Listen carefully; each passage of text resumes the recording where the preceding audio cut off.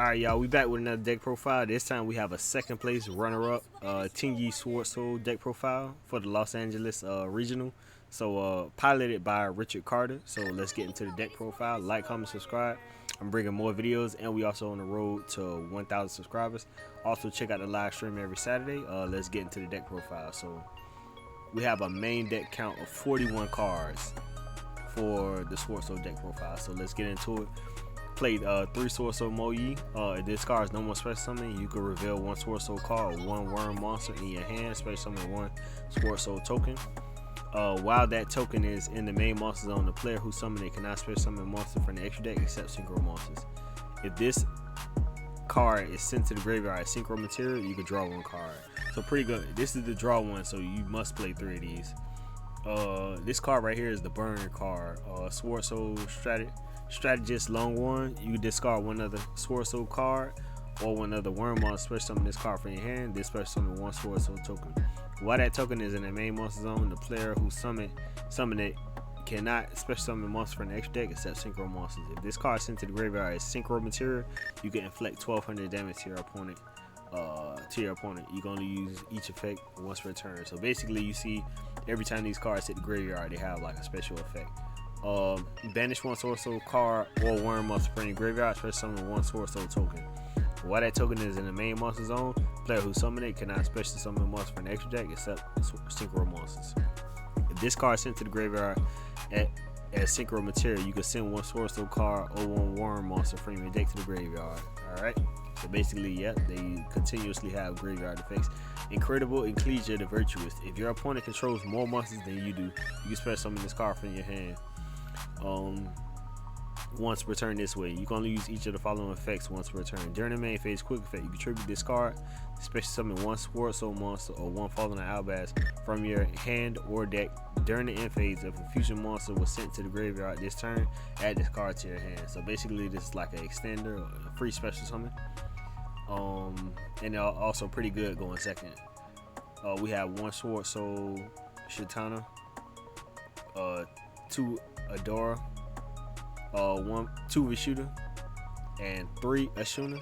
We played 3 Ash Blossoms in Joy Spring, 3 Effect Villas, and we played 1 Arch Nemesis Proto. So this card was recently banned, but it just was brought back at 1, so very, very powerful.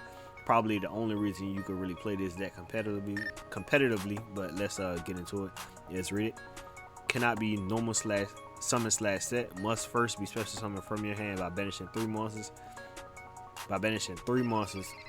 With different attributes from your graveyard and or face of field. Cannot be destroyed by card effects. You can declare 1 attribute on the field, destroy all monsters on the field with that attribute. Also until the end of the next turn, neither player can special summon monsters with that attribute. You can only use this effect of Arch Nemesis Protos once per turn. So we have 1 of those. 3 Swordsoul Emergence, 2 Heavenly Circle, 2 Pot of Desires, 2 Triple Tactic Talents, 2 Forbidden Droplet. We played 1 Swordsoul Blackout, and 3 Infinite Impermanence for the 41 card main deck. Let's get into the extra deck. The extra deck, we played 2 Chi-Chow. This is like the quick effect. You can banish 1 Swordsoul card or worm monster from your hand or graveyard, then target 1 other effect monster on the field, negate its effects until the end of this turn. We played 1 of the Long Ones, Sinister Sovereign. Every time you like really activate a card, when your opponent activates a spell / trap card or effect quick effect, you can banish that card, and if you do, inflict 1200 to your opponent. You can only use this effect once per turn. And there's another effect. If you synchro summon another worm monster while this card is on the field, you can draw 1 card. If your opponent special summons a monster, you know, while you control this card, you can banish 1 of those monsters, and if you do, inflict 1200. So basically, just all kind of banishing.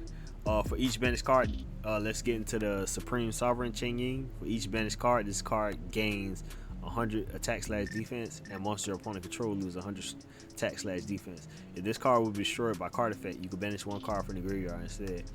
If a card is banished, except during the damage step, you can banish 1 card from each of your opponent's field and graveyard. You can only use this effect of Swordsoul Supreme Sovereign Cheng Ying once per turn. So we have 2 Baxia, 1 Ice Jade, We play 1 Draco Sack Berserker, 1 Chowfang, 1 Sky Crisis Typhon, 1 Link 2 Lan Forankis, 1 Shaman of the Tenyi, and 3 Monk of the Tenyi. Let's go into the side deck. The side deck, we play 3 deck lockdown. Either player can add cards from the deck to their hand set by drawing them. Monsters cannot be special summoned from the main deck.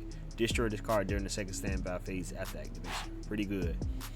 3 Cosmic Cyclones. You need those quick plays when you go in second or first, either or. 1 Mind Control, 1 Change of Heart, 1 Harpy's Feather Duster, 1 Snatch Steel, 1 Anti-Spell Fragrance, 1 Robbery of the Warlords. If you play a deck that plays 1 just archetype in it, you definitely need to play Robbery. It's mandatory. And 3 evenly matched. So this is it for this deck profile. Second place, Swordsoul Tenyi of the Los Angeles Regional, piloted by Richard Carter. Like, comment, subscribe. We're on the road to 1,000 subscribers. Let's get there. Hopefully you all share the videos and like, comment, subscribe. We out.